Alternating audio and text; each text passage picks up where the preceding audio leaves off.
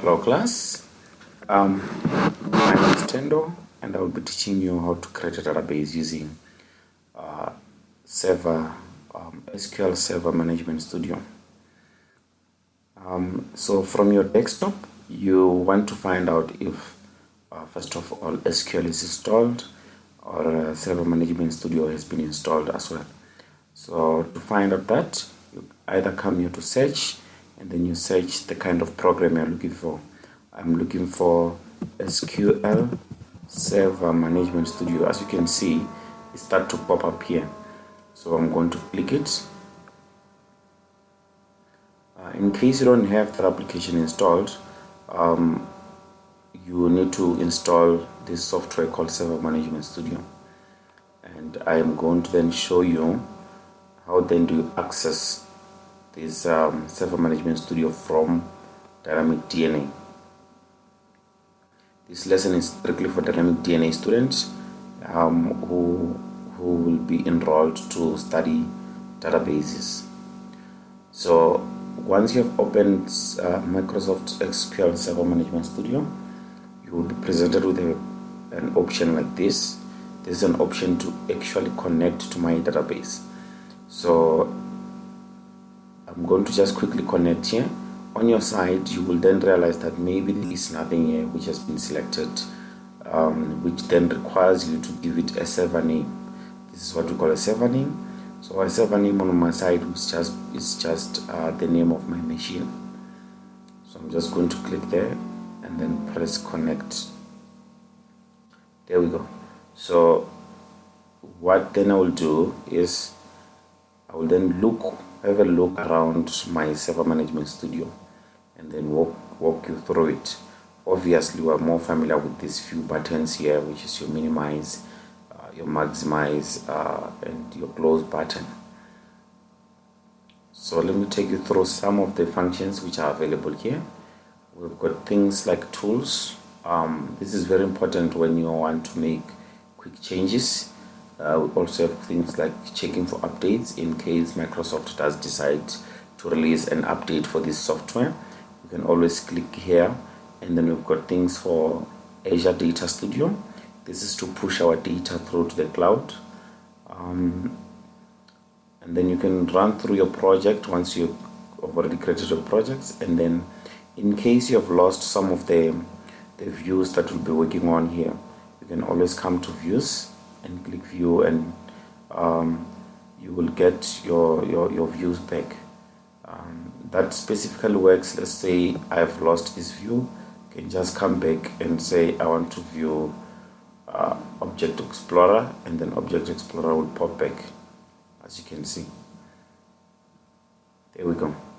And then we also have edit, which has your basic do, undo and redo, cut, copy, paste, delete, select all, and then we've got places where you can then save your database, connect to a database, connect to a server, save all, print, page setup.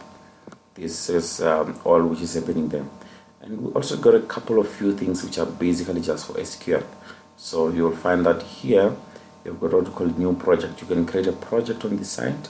You've got what we call open a file. You've got this big save button, and then this save all. You've got this one, which is my favorite, new query. We'll be using a lot of this option later on through the lesson.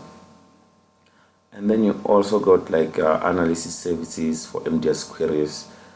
This is all for advanced SQL. So we're not gonna be doing this anytime soon. All right, now these few things that you see on Server Explorer here allows you to actually analyze. You can check the policy of your database, refresh the database itself, disconnect to a database, and then connect to a database. When you press connect, you'll be presented again with a page like this. So here, as a student, you will see that through time you will be required only to put in the IP address of this machine that I'm using right now. So I will be working through around classes, showing you how is it that you must connect, and then once you have connected, once you'll get to to understand how easy it is to connect all the time. All right, let's get to the main point of this lesson. The main point is that we want to learn how to create a database.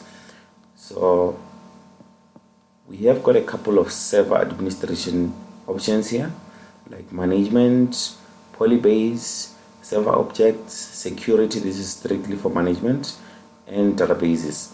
So here on database, if you click it and expand, you will see that I already have a couple few in fact, it's a lot of databases that have been created by other students.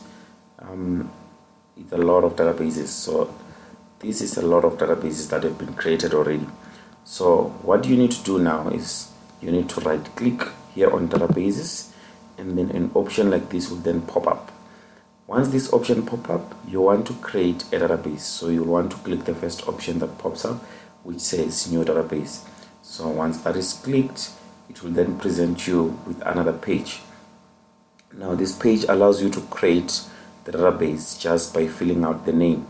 Other options are not really important for now, and we should not play around them at this stage. We will look into them later on once we've grab some information about how to create, how to manipulate a database. So it's going to ask us for a name, and that is the only thing we're going to fill out for now.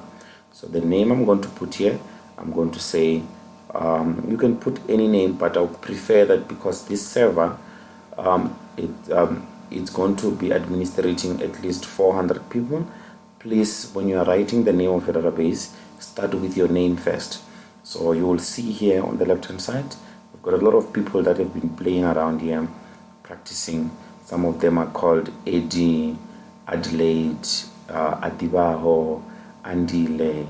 All of these people, you can see that they're already doing the right thing, as I told them that start with your name, underscore, and what is the database supposed to achieve. So if it's a database for a shop, think of a name that is suitable for that database. If it's a database for students, think of a name that is suitable for that. So mine for this stage, I'm just gonna call it Tendo, which is my name, underscore test.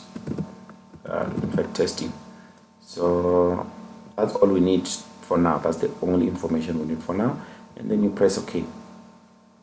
Make sure that that database name does not exist, because if that database name exists, it's going to give you an error. So let me show you what I mean by that. If we then go back and say we want to create a database, and we're going to pick a name which exists here. We have a shorter name here called A1. So if I come here and say I want to create A1 as my database, and I press OK, it's going to tell me that A1 already exists. I must choose a different database name. So please, let's avoid giving it the same name. Hence, I'm saying start with your name first, and then the name of what the database must achieve. Most of us do not have exactly the same name, so we should be fine through that. So once your database has been created, you can go through it and look at what are the options. This is the database I just created. If I expand, I now have options that I can look through, like database diagrams, tables, views. There's a lot of options, security, and all of this now you can play around even if you are not an administrator, because this then belongs to you. You just created this database. You can then set who must access it, at what time, what can they write to it, can they edit, can they remove things in your database, and things like that. Right, that will be the end of the lesson for how to create a database.